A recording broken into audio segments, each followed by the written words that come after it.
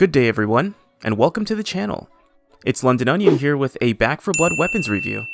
And in this review, we're going to be looking at another one of the first weapons one is introduced to, the M4 Carbine. Now, although the stats and specs of the weapon speak for themselves, I will be giving my evaluation on the weapon's capabilities in combat. This will involve tactics that suit the weapon's strengths, my conclusive opinion, and an overall score. Now, evaluation will take place on four main fronts: ammunition economy, crowd control, mutation deterrence, and pressure combat. Before we get started, it is important to note that a weapon's shortcomings can be supplemented with one's card selection, but evaluation will mainly be geared toward the weapon's base attributes. Additionally, one's character choice can make weapons somewhat more forgiving, meanwhile difficulty selection can accentuate or soften the downsides. So starting off with the M4's ammunition economy, which is essentially how long a weapon can practically last throughout a given level, the M4 is a low damage automatic assault rifle. Based on the weapon's stats, its damage is comparable to that of the Uzi, but with a lower fire rate and magazine size of 25. The effective range of the M4 for maximum damage is 14 meters, which is still outside of what I consider to be the danger zone for mutations, which I define as the range at which mutations are guaranteed to do damage. Now, despite the M4 being an automatic weapon, the fire rate is still easily controllable, whether one wishes to shoot single shots or bursts, making it a rather versatile weapon for different encounters. Compounding this, the weapon is described as being very easy to control. This is also a truthful and of course useful attribute for the M4's ammo economy, as it maximizes shot-to-hit ratio regardless of firing pattern. Even while going fully automatic, it doesn't take much experience to get used to and master the very slight recoil. It only requires slight downward adjustment to counteract. The only downside really is the damage output, especially against mutations. With this in mind, weak point and headshots will have to be priority when using this weapon, lest extra rounds are spent on normal hit zones. Although this weapon may sound like a slower Uzi, the M4 shot penetration does half the damage after the initial target within 14 meters. This makes the use of automatic fire into a series of Zeds a viable option. Usually the use of automatic fire is for the purpose of crowd control, which will be our next discussion. Depending on one's corruption cards and main events in a given stage, crowd control will be more or less an important constituent in one's survival. Higher difficulties will likely create a greater need for effective crowd control. The M4 is a relatively low damage rifle. Among all the assault rifles, the M4 inflicts the least damage shot for shot and mag for mag. The fire rate, shot penetration, and ammo capacity can help in compensating for this. Additionally, the reload speed is on the faster side compared to the other assault rifles. After all, a group of ridden can be put down quickly if one uses the shot penetration to their advantage. Additionally, the weapon does not require serious discipline to fire effectively. This means that when using the M4, crowd control can start from much further than its younger brother, the Uzi. The minimum effective range of the M4 is 25 meters, but effectively shooting from further away is not outside of the M4's capabilities. One may just have to employ single shots, and the reload speed should not be much of a worry. When shooting at non-filed crowds, the M4 struggles significantly, since there is no penetration to accelerate ridden elimination, and each target will require several rounds to go down without critical shots. Part of handling crowds in Back 4 Blood will involve having to adopt a run-and-gun-like style. The M4's mobility is on the faster side compared to weapons in its class, and a good portion of others outside of its class. And given the controllability of the weapon, being on the move with decent speed while taking aimed shots is not a difficult task to perform. By extension of this, the hipfire accuracy is also reliable, but in my opinion, it is almost a squander to use it in this manner.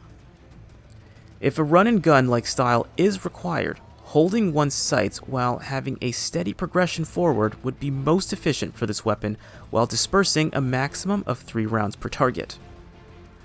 When stationary, however, the M4's hipfire is a viable tactic at close enough range. Sometimes, the need for crowd control is due to a lack of effective pressure combat and mutation deterrence, which we will cover next. Pressure combat, as I coined the term, refers to how efficiently a weapon can eliminate targets in multiple areas, or how well a weapon can complement one's ability to engage and eliminate multiple scattered targets at varying ranges. Now, after discussing the M4's effective range, damage, and control, pressure combat can be challenging if sustained for too long. As we had just discussed with crowd control, scattered enemies that manage to close in will present more of a challenge since they will require multiple shots to put down. Naturally, this would mean that the M4 would have to be used proactively so as to avoid close range fighting and becoming overwhelmed.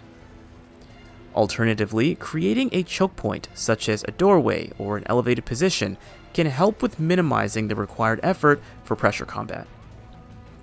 Part of being effective for pressure combat is the intervals of fire one can put down. With this in mind, the M4 can burn through its rounds quickly, but not uncontrollably, meaning that the M4 is capable of maintaining pressure at mid-range, which I will call its sweet spot, and the reload speed is relatively fast, saving backpedaling as a tactic for mutations. The controllability of the weapon is what makes it good for picking off mid-range targets with relative ease, but too high a saturation will demand more skill from the user.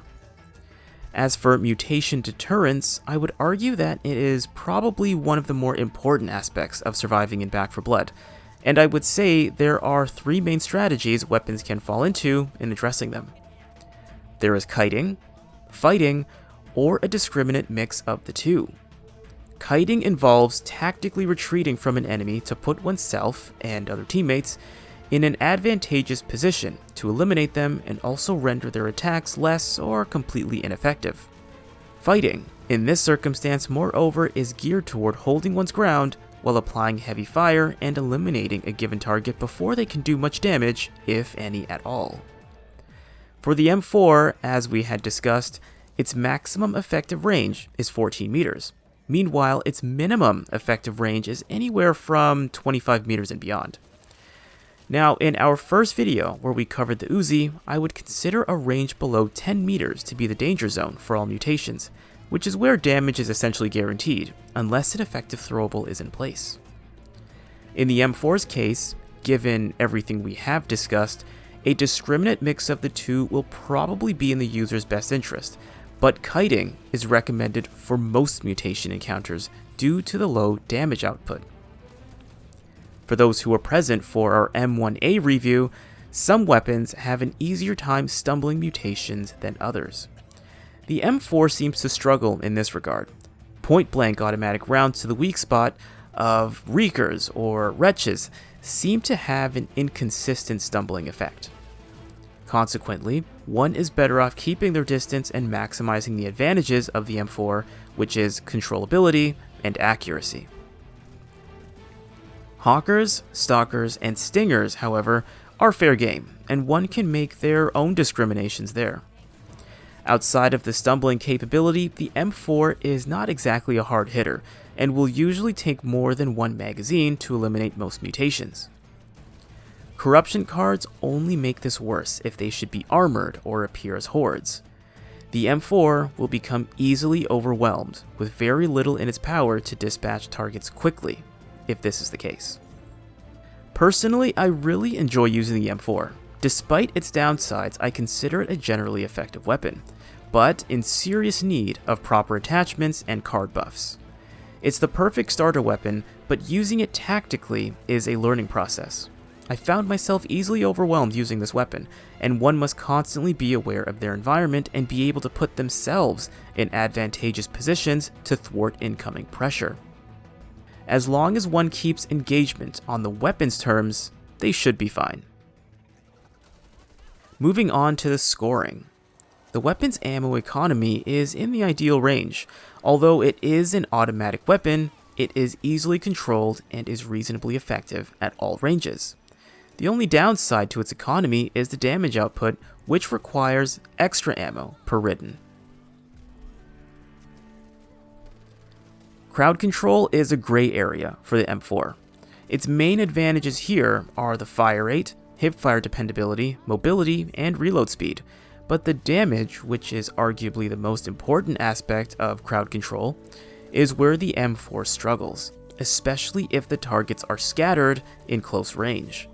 The M4 must be used proactively to prevent crowd control from becoming close range. When using this weapon on the move, it is still effective, but only to a degree. Pressure combat and mutation deterrence is another area of difficulty depending on magnitude. The M4 can take on pressure but will need ample space to do so, given its damage. Mutations will be a consistent difficulty without the correct buffs and attachments. The only saving grace is the controllability. The M4 will hit consistently, just not very hard. So just to summarize our scoring, for ammo economy, I give it a 4 out of 5. Crowd control, 2 out of 5. Pressure combat and mutation deterrence, 5 out of 10 for both respectively. Overall, I give this weapon a score of 11 out of 20. But that concludes the review. Thank you guys for joining me on this one, and I will see you in the next review, where we will be covering the 870 Express shotgun. Also guys, in the near future, I will be releasing videos on how I would create my own weapon-specific deck builds. It's been Londononion, and I will see you guys next time.